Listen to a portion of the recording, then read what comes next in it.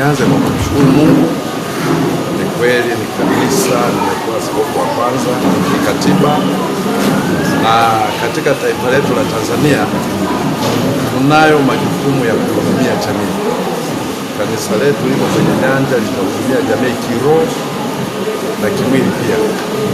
Hilo ni jambo la muhimu sana ambalo tunapaswa kulifanya, na ni agizo la Yesu pia kwamba kama kanisa lazima lifanye hayo mambo.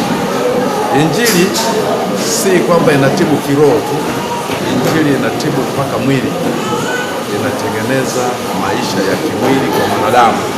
Kwa hiyo hilo ni lengo na kusudio namba moja la kanisa ambalo tutakuwa nalo na tunalo, tunaendelea nalo. Na pia najua hapa kwa Tanzania ni mikoa yote, wilaya zote, kata zote lazima tufike kwa ajili ya kunena habari njema ya Yesu Kristo. Jambo la pili, kusudi la kanisa ni kuliombea taifa. Biblia inasema wazi, kama taifa litakosa watu wa kuliombea ni maangamivu na wala hakuna kitakachokwenda mbele.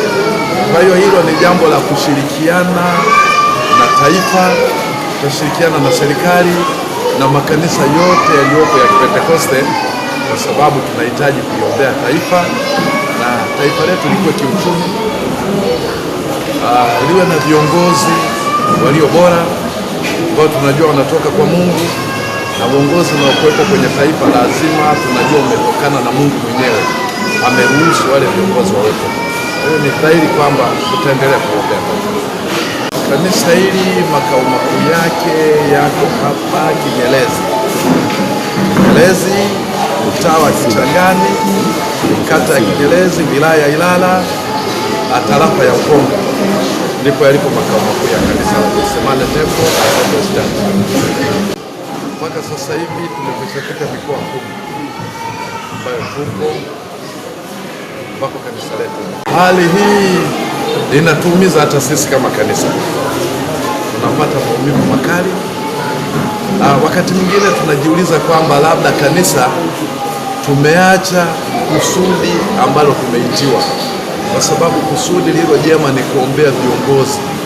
Paulo anatukumbusha wazi kabisa anapoandikia Warumi, kabla ya mambo yote ninataka dua na sala kwa viongozi ambao wanaongoza taifa.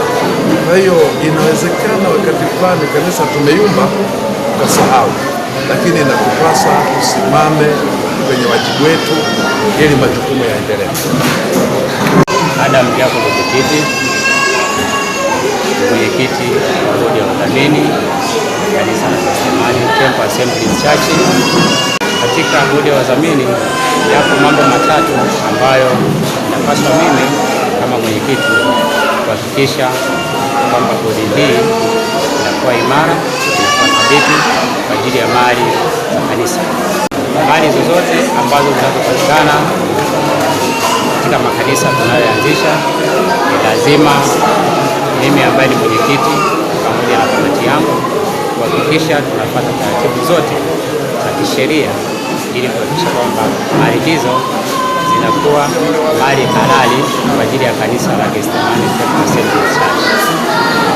Malengo ya kanisa ni kwamba kanisa la Gethsemane linahitaji kupanuka zaidi hapa nchini pamoja na nchi za nje kwa ajili ya kuhakikisha kwamba mali zote zinakuwa ni mali halali ambazo zitaleta tija kwa ajili ya kanisa.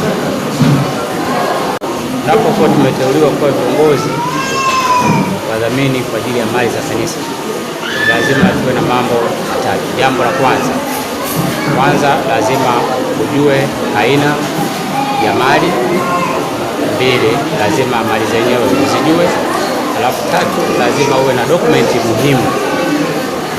muhimu kwa ajili ya kuzihifadhi makao makuu ya kanisa, ili ambapo zitakapohitajika kwenda kwenye wizara husika, basi wadhamini ndio watu wa kwanza kwenda kuhakikisha kuthibitisha mali hizo kama za kanisa husika. Kwa majina anaitwa Dorothy Abdullah. Kuhusu uchaguzi wa leo, kweli nimefurahia kwa sababu tumepata uongozi ambao unajua utapeleka sehemu nyingine. Pia vile najua na sisi tutapata matumaini makubwa ya kuweza kufanya kazi ya Mungu kwa mapana zaidi. Kwa hiyo mimi naamini kabisa nitaendelea kuboresha huduma yangu na kufanya kazi kwa ufasaha zaidi kupitia kanisa hili.